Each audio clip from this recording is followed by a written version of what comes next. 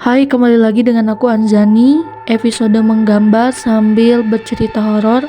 Dan buat kalian yang baru nonton, jangan lupa subscribe ya. Episode kali ini, warung di tengah hutan.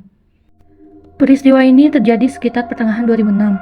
Saat itu, Dani pergi ke rumah neneknya yang berada di Sukabumi. Untuk mengusir rasa bosan, dia mengajak 3 temannya, yaitu Rijal, Tony, dan Awan. Sebenarnya, perjalanan Dani ke rumah neneknya cuma sekedar iseng. Lagi pula dia juga sudah lama tidak mengunjungi rumah neneknya. Karena dia mengajak 3 temannya, Dani mulai menghubungi teman-temannya.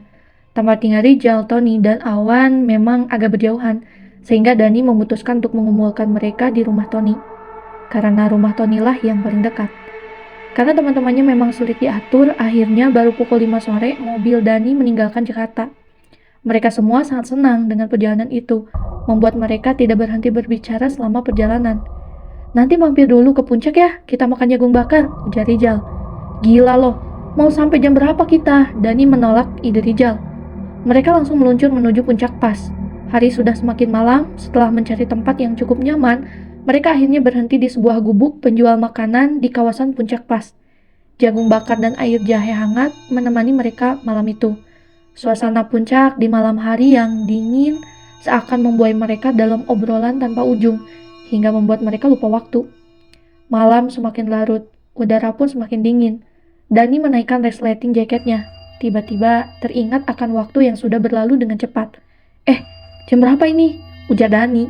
Rijal mengangkat tangannya, lalu melihat jam tangannya. Ternyata jam sudah menunjukkan pukul 10 malam. Dia terkejut saat menyadari bahwa malam itu sudah cukup larut. Jam 10 nih, gak kerasa ya, jawab Rijal.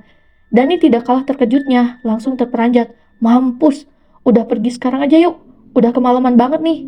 Bisa-bisa nanti nenek gue marah. Dia pasti udah nungguin gue dari tadi. Mereka segera bergegas dari warung itu dan membayar makanan yang mereka pesan. Mobil yang dikendarai Dani mulai meninggalkan warung. Jalan di sekitar puncak sudah sangat sepi. Beberapa bagian jalan masih gelap dan membutuhkan konsentrasi lebih untuk memperhatikan jalan di depan. Lo semua jangan ada yang tidur ya, gue takut ngantuk. Terus nanti gue buang di mobil lo. Suara Tony sudah terbata-bata dan memohon. Kampret loh, Rijal dan Awan berkata bersamaan. Iya, tapi di mana? Udah, di semak-semak aja gimana? Tawar Dani. Gak ah, kita ini ada di daerah yang kebanyakan hutan semua. Gue gak mau kualat gara-gara sembarangan. Bahaya tahu. Jangan macem-macem deh. Mereka sempat diam beberapa saat hingga Rijal memecah keheningan. Ada warung loh. Rijal menunjuk ke depan jalan. Ternyata memang benar ada sebuah warung kecil di pinggir jalan, beberapa ratus meter di depan mereka. Warung itu lebih mirip sebuah gubuk dengan bilik sebagai dinding dan daun kelapa untuk menutupi atapnya. Oke, kita berhenti bentar di warung itu. Lampunya sih masih nyala, mungkin yang punya masih ada. Kita pinjam kamar mandinya, ujar Dani. Mobil yang membawa mereka perlahan-lahan berhenti di depan warung itu. Setelah itu, mereka semua keluar dari mobil. Ternyata warung itu sudah tutup, tapi mereka tetap mendekati warung itu. Rijal mencoba mengetuk pintu warung itu beberapa kali, tapi tidak ada jawaban sama sekali. Dia mencoba mengetuknya beberapa kali lagi, tapi tetap saja tidak ada jawaban. Akhirnya ia mencoba membuka pintu warung itu. Ternyata pintu warung itu memang tidak lemas dan lehernya menegang. Darah di dalam tubuhnya terpompa sangat cepat, membuat setiap pembuluh darahnya terbuka lebar. Jantung Dani pun berdetak tidak beraturan, membuat keringatnya bercucuran.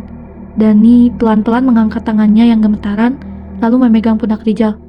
Rijal kaget dan spontan melihat ke arah pandangan Dani berpusat. Dia juga melihat sosok itu, namun kini darah segar mengalir dari bibirnya saat menyeringat. Tubuh Rijal ikut gemetaran, mereka berdua tidak dapat berkata-kata. Mereka terus terpaku dan memandang sosok itu. Rijal bangun pelan-pelan, menarik Dani menuju mobil. Mereka membuka pintu mobil, lalu masuk ke dalam mobil. Saat mereka masuk ke dalam mobil, sosok itu menghilang. Lo lihat apa yang gue lihat? Tanya Dani. Iya, kayaknya warung ini nggak beres deh. Mending jangan diomongin,